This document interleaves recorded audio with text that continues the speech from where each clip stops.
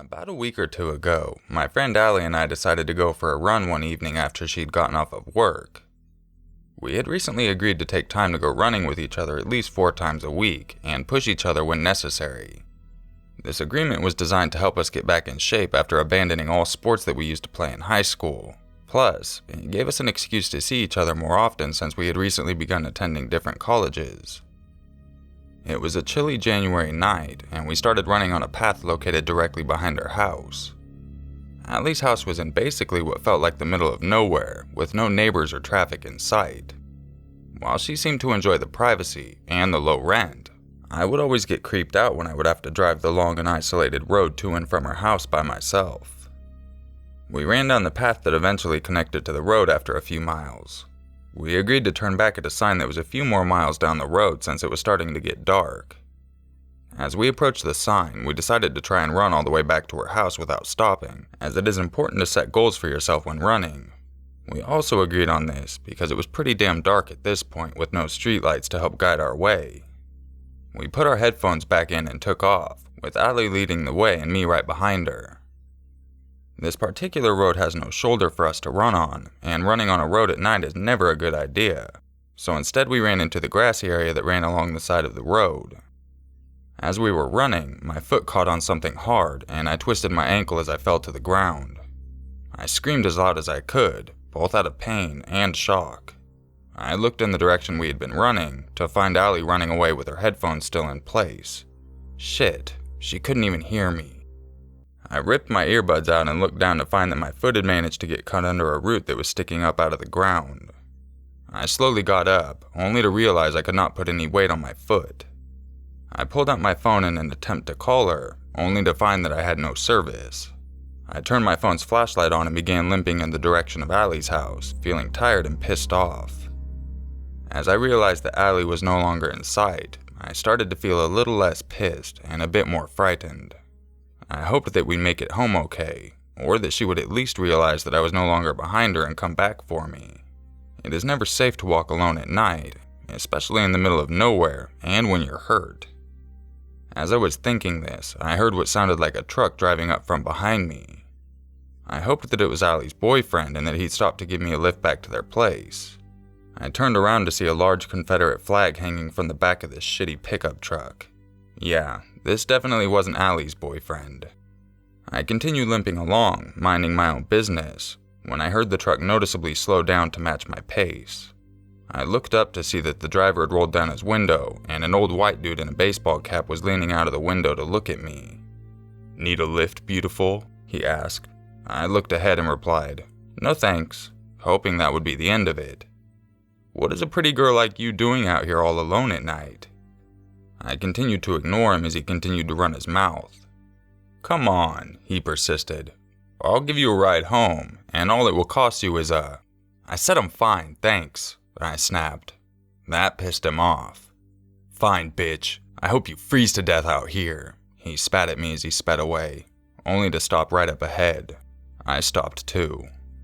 As the driver's side door flew open, I booked it into the woods, tears streaming down my face due to both the pain and the fear. "Come on, baby," he called. "I didn't mean those things I said. You just hurt my feelings, but I'm sure you can make it up to me." Fuck that. I ran until I couldn't run anymore and hid behind a tree, leaning against it for support. It took everything in me to hold my breath and remain quiet. I heard the leaves from behind me slowly crunch under the man's feet. And then, silence. We both remained quiet and still for what seemed like forever, until he began running like crazy in my direction. I stood completely still in fear as he sprinted right past me. I took this opportunity to run back up to the road as fast as I could. As I made my way back up the hill, I noticed that the truck was gone, which led me to believe that this man wasn't alone. As I ran down the street, I saw Allie in the distance running towards me. "Where the hell were you?" she screamed. "I waited on my front porch forever. I figured you'd stop to catch your breath, but even if you walked the whole way back, it wouldn't have taken you this long. What the hell happened?" I shook my head and began pulling on her arm. "We have to go," I cried, limping as quickly as I could. She wrapped her arm around me for support, and we raced down the path to her house. When we got back, I quickly filled her in on what had happened as we made sure all of the doors and windows were locked in our house. When we finished, we called the police.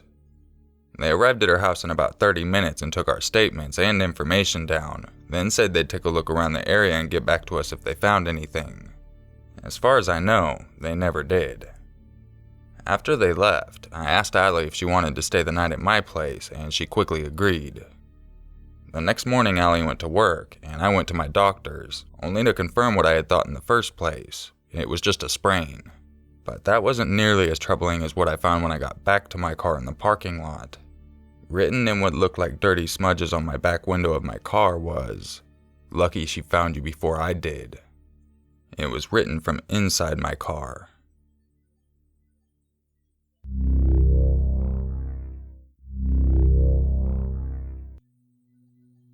This is a story my uncle told me before he died. Unfortunately, I'm unable to provide proof of this occurrence, but I don't think he would lie about something like this. I'm going to write this story from his perspective as he told it to me.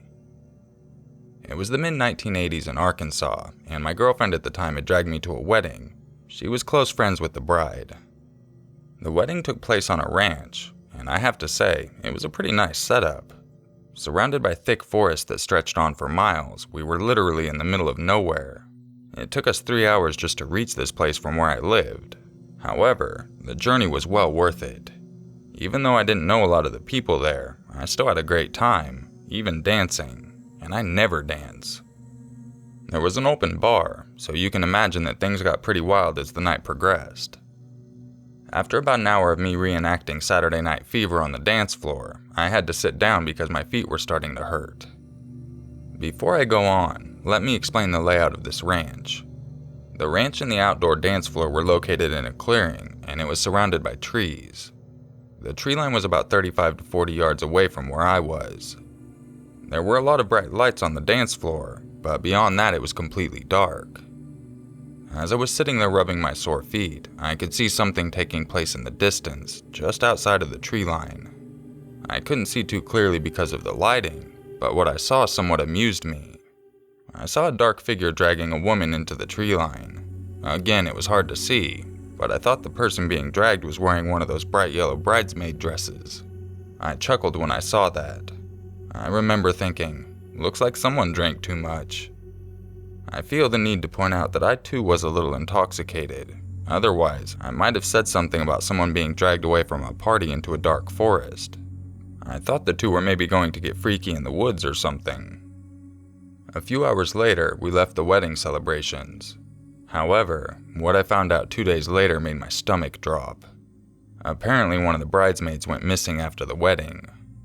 I told the police what I remembered seeing that night, and the next day they found the body of the missing bridesmaid in the woods. She had been dismembered, and some of her limbs were found scattered throughout the forest. From what I heard, they didn't even recover all of her body parts, and the person responsible for this was never found. I felt guilty for many years after this, because I cannot help but think that I could have saved her life if I had said something. She wasn't even 20 years old yet. She had her whole life ahead of her. However, she ended up in pieces.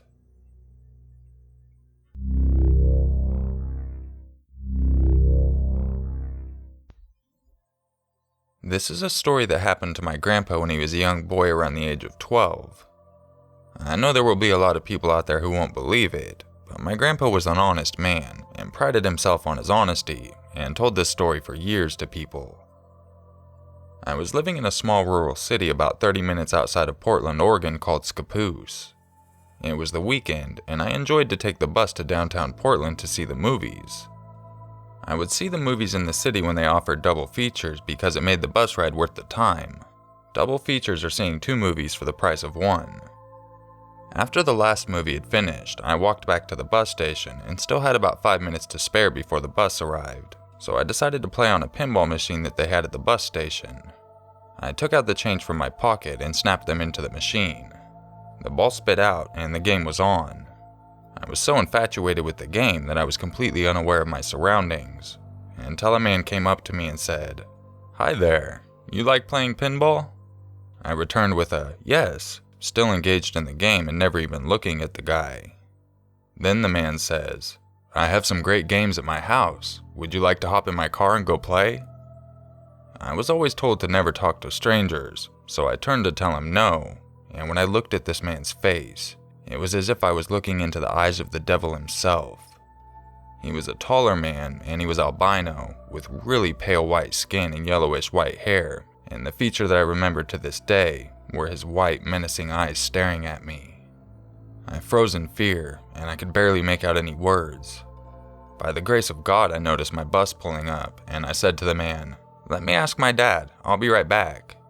With that statement, I disappeared into the crowd of the station and bolted onto my bus.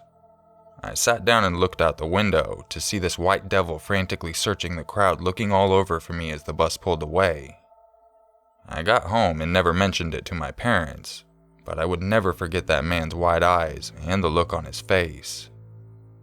Years later, when I was in college, I attended the University of Portland, which is located in the north part of the city. One night I was hitchhiking home, and I was perfectly okay with hitchhiking. It was an ordinary thing to do in those days, and by the time I was 18, I was 6'5" and weighed about 200 pounds. I kept my thumb up while I was walking, and finally a car pulled over, and I climbed in. I closed the door and started to put my seatbelt on as the man pulls off. I say to him, "Thanks for picking me up," but the man says nothing, so I stare out the window. The next thing I know, he put his hand on my leg. What the fuck? I'm thinking to myself. I look down at my leg, and then look up at the man. My heart jumps out of my chest when I look into the man's eyes, and I realized, to my horror, it's the same evil wide eyes of the man who tried to abduct me as a boy. The man smiled at me and kept his hand on my leg until I grabbed his hand and in a deep angry voice said, "Get your fucking hand off of my leg and drop me off." The man didn't say a thing and immediately pulled over. I clicked off my seatbelt, jumped out of the car, and decided to walk the rest of the way home. I don't know if the man recognized me, but I know damn well that it was the same man I saw before, because that face and those eyes are burned into my mind like a brand on a cow.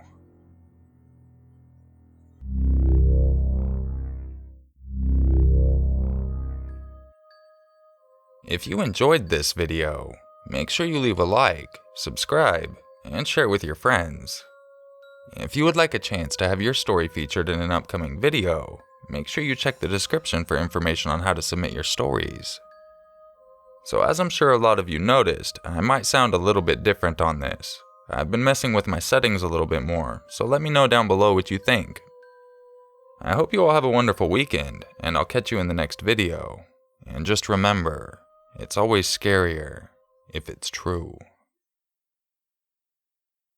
This happened to me in the winter of 2014 when I was walking home from a friend's house. She lived within walking distance from me, so I would visit often.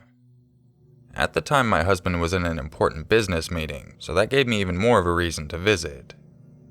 I would usually leave my house around 5 p.m. and return around 7 p.m. However, this day I left at around 4 p.m. since it was early winter and the days were shorter. I would typically be on the phone with my friend until I got to my house, but unfortunately this time my phone was dead, so that wasn't an option. I was halfway to my house, and I was approaching an abandoned house that my friends and I would call the Devil's House. The house looked horrible.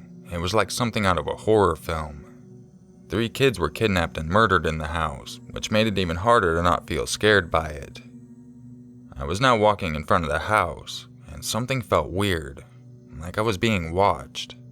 I decided to walk faster, and just as I did, I heard the bushes moving. The bushes were thick enough to hide at least 4 people, and my heart started beating faster. I kept on walking and tried to ignore the sounds. I eventually convinced myself that it was just cats or rabbits since they were quite common where I lived. When I saw my house, I was extremely relieved. However, my happiness quickly turned into pure horror when I heard deep breaths coming from behind me. I turned around and I saw a man in a hoodie chasing after me. Without thinking twice, I sprinted to my house. I was starting to take my keys out of my pocket when I realized I had 2 options. Since it was pitch black and I could not see which key I was using, option 1 is to take out my phone and use my flashlight to look at the key I'm using, or option 2 was to choose a random key and hope I used the right one. I went with option 1. I pulled out my phone and tried to turn it on, but it didn't turn on. I didn't know why, and then I remembered it was dead. Now I had no time to try and unlock my door, so I hid behind a stone pillar in my garden, hoping that the man would think I made it inside my house. Then, I could not believe what I was seeing. The man pulled out keys from his pocket and opened the door and went inside. The man was my husband. I had no idea what to do, or even think, so as soon as he went inside I ran to my neighbor's house and told him everything. We then called the police and told them what happened. Here is the part that still keeps me up at night. My husband was found guilty of the disappearances and murder of the kids in the house.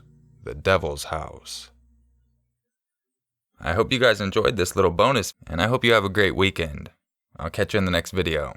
Thanks for watching.